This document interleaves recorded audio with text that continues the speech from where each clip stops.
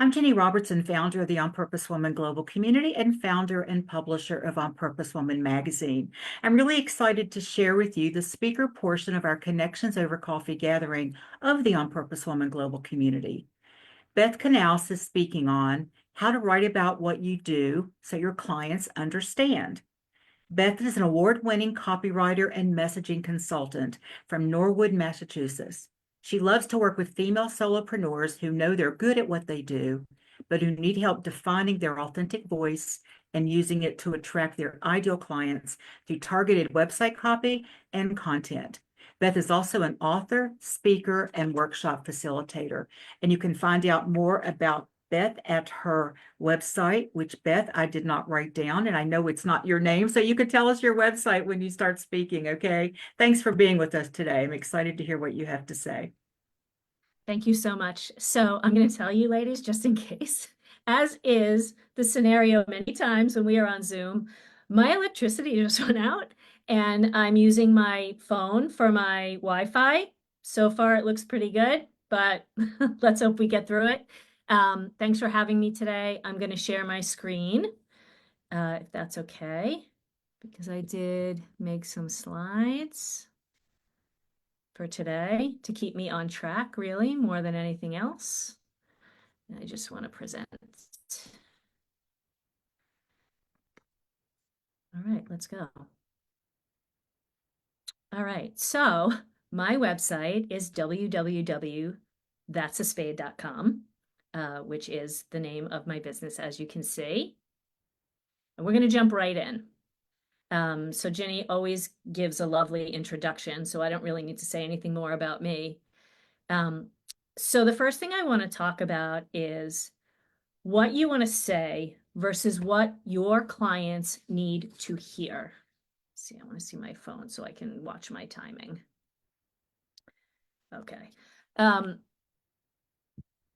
What you want to say versus what your clients need to hear. So I have written down so many notes here, but I'm going to stick to it. So one of the hardest things I think for entrepreneurs, or any business person really, is that there's a translation process. And we talked about this in our room, and that as women, we spend some time overcompensating, right? And sometimes validating ourselves and using our credentials, which we're going to talk to in a bit. And the first thing you have to do is accept that you are the expert. But when you're the expert, the people you're speaking to are the novices, and you have to realize that they don't necessarily understand all of the industry stuff that you say, anything that's you've learned in your experience, research, and all that sort of stuff. They really want to be spoken to simply. And if you think about it, we are speaking basically to ourselves 5 or 10 or 20 years ago, right? Most of us in some way or directly are speaking to ourselves, and we figured something out, and now we want to share other people so we can help them not have to deal with that thing. But when they come to you, they are stuck. They are excited, but can't get a hold on what they have to do next, or they are struggling, right? And so they need you to say, come on over here with me. I'm going to help you. I know what this is like, and we're going to get you from A to Z. I heard this just this week at a conference. Even on your worst day, ladies, you are overqualified, and that is why you are doing what you do. And so we want to focus less on credentials and validation. I'm not saying people aren't interested in your resume or they're not interested in where you went to school, but they get interested in those things because you've sparked curiosity by telling them who you are as a human being. And that has to come first. And they have to know why that you are relatable, right? Why is it that they should choose to work with you? They're looking and they know that they have to work with someone. They're just not sure who it's going to be. And so we're going to talk a little bit more about strategic storytelling in a few minutes. I'm going to move on here. Come on. Sorry, I'm just waiting for my There we go. So I said earlier, you want to avoid industry speak. And I have had this experience myself. And I used the term not that long ago, SEO, with somebody. Lisa, you'll laugh at this. And they said to me, can you tell me what that is? I never heard that before. Who doesn't know SEO? You know who doesn't? People who don't work in online marketing don't necessarily know what SEO is, or a CTA, which is a call to action, or ROI, return on investment. They don't know those things. And so my choice is either to explain them or to find, something else, another way to tell them about those things instead of using those terms. And so I need to talk from my perspective, right? I need to give examples. Why are those things important? A real life scenario. This is where, if you have any case studies are the best. And I'm happy to tell you the questions that I've used when I've written case studies for people. So if anybody wants that, you can always, shout me out, social media or my email, you'll have all that stuff. It's pretty basic. But a case study really shows from beginning to end what somebody has experienced from the minute they sign on with you to after the work is done and how that worked. But it's a really great way. And those are the examples, testimonials. We say social proof all the time, and people are like, yeah, I can't get testimonials. They're the best because you have those layman's terms in testimonials that people give you of what they got from your service or how they felt initially. So another great way to get that is to, once you've finished working with somebody or you've worked with them for a while, to send some sort of a feedback questionnaire and ask some questions. All right, I love this one. Sell what they want and give what they need. So we think, oh, I'm a writer, you need content. You need a case study, you need, your website copy done, you need all of these things. No, what you need is to figure out how to speak to this one particular person with language that is going to show them why you are or are not the best person for them, right? And this is where, if somebody comes to me and says, I need website copy, I have to, or they say, I can't, I'm not selling my stuff. Okay, they want to sell their stuff, but I know what they need is clearer messaging, right? They need to refine their voice. They need to stop talking to everyone and talk to that person. And that's what I'm going to give them, but I'm going to sell them the connectivity and the visibility to the right people, right? Because that's what they think, because they want to sell, right? And they want to make money. And I hesitate sometimes to say that, right? Because a lot of us as women are like, I want to help other people. Yes, we all want to help other people. But if we have businesses, we also want to make a living by helping other people with our expertise. So that's okay. You're not ripping people off or doing any of that stuff. It's okay to have an expertise that you have created, that you do well, and someone pays you for because they don't have that expertise, right? It's like dominoes. And when you help them with your expertise, then they get better at selling what they have or doing what they have.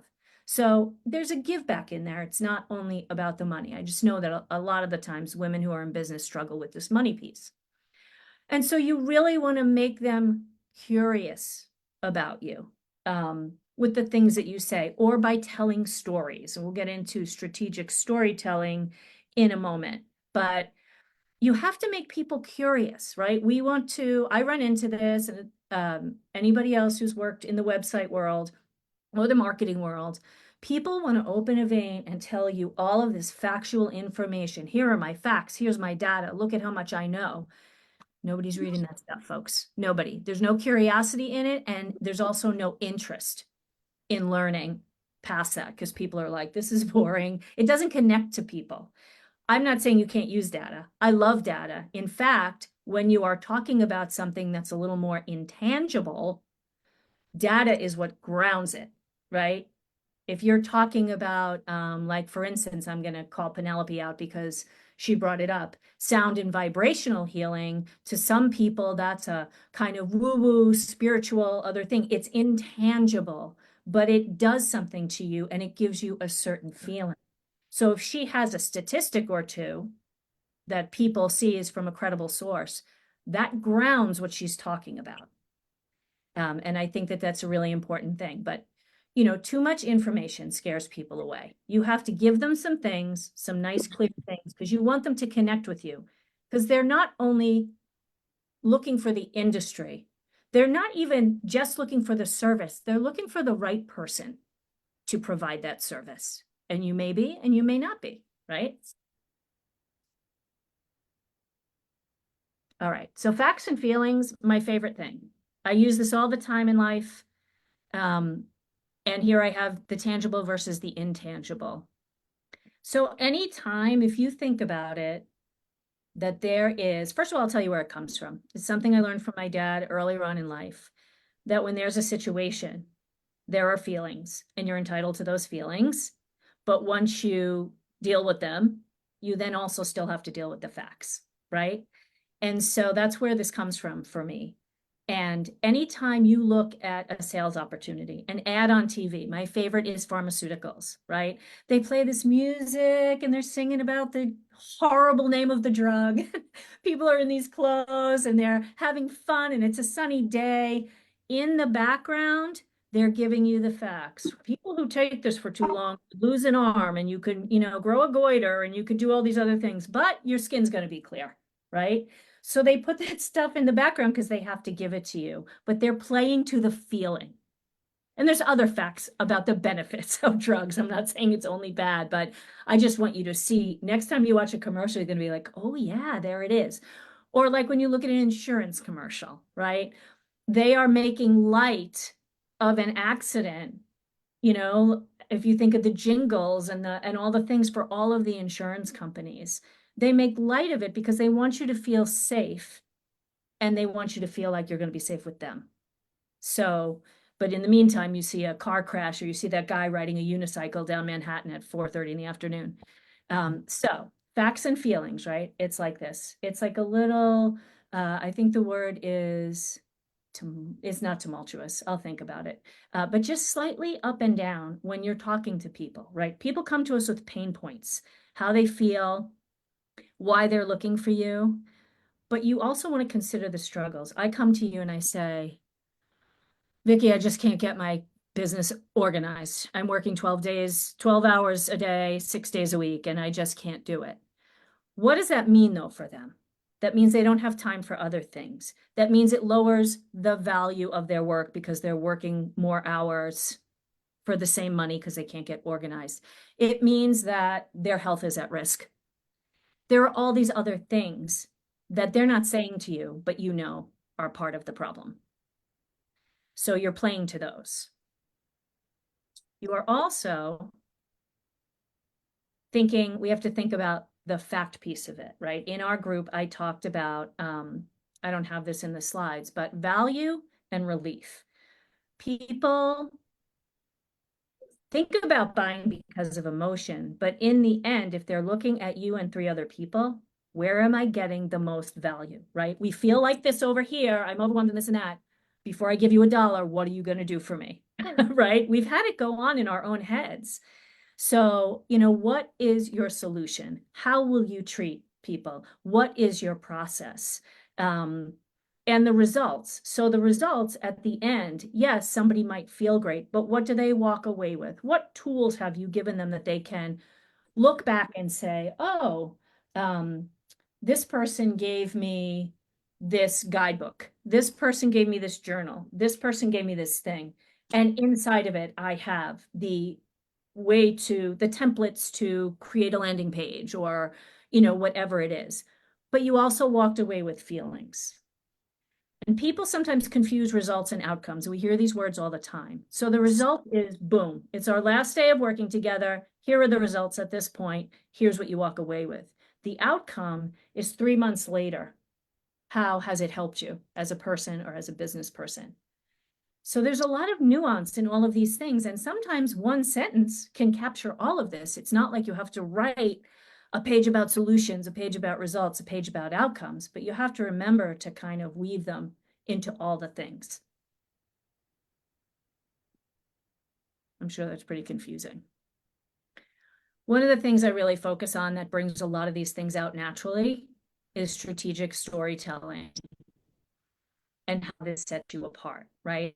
And we hear all of these terms right now: storytelling, be relatable, be personal, using layman's terms, which comes across naturally if you're storytelling in a way that is, relatable to people. And so I guess the thing about this for many people is the vulnerability piece. And first and foremost, we're all on the internet. I think we have lost any hidden secrets for the most part, right? So you're already vulnerable. Why not use that vulnerability to connect with the right client and help them? And you can, tell them a story about something that happened to you, the point where you realized, I need change. I need to do this thing. This is my calling. Margie, right? I think it's who it is. She gave us a perfect example that she was like, what is this? Reiki, whatever. I'll put my hands on the screen. The next thing you know, she's in a field and then she writes a book. So that's a great story to show how something works and how you get from one place to another. And I know we're getting a little close on time, correct, Jenny? You have till 5 till, so yeah. Okay. And I really want to give you guys some time for questions. And I know I just rushed through this, but tell stories, right? Instead of the validation, instead of the credentials, tell stories that capture people's attention. Think about this when you're reading other people's stories or any story. Why do you turn away from a story? Why are you engaged in it? And you're like, I don't care if this is 20 pages, I'm going to finish it. That's really what you need to do, and to separate yourself so that people see that you are the person for them. All right. So here's all my stuff. Yada, yada. I don't, you can find me. I know you can. I want to open the floor for anybody who has questions before we have to hop off. Okay, Beth, I'm going to shut down the recording before we take the questions. So I Sure. want to ask everyone who's with us here on Zoom to please unmute yourselves so we can applaud Beth. She can hear our applause. She can hear our appreciation. You packed in a lot of really, really, really good information in that short time, Beth. Thank you so much. Are we ready? All right. Yeah. Yay! Thank you. Woo-hoo! I know it was a lot. Awesome. Yeah, Well, you also offered a 30-minute consultation, right? So if anybody wants to absolutely. clarify anything, they can chat with you.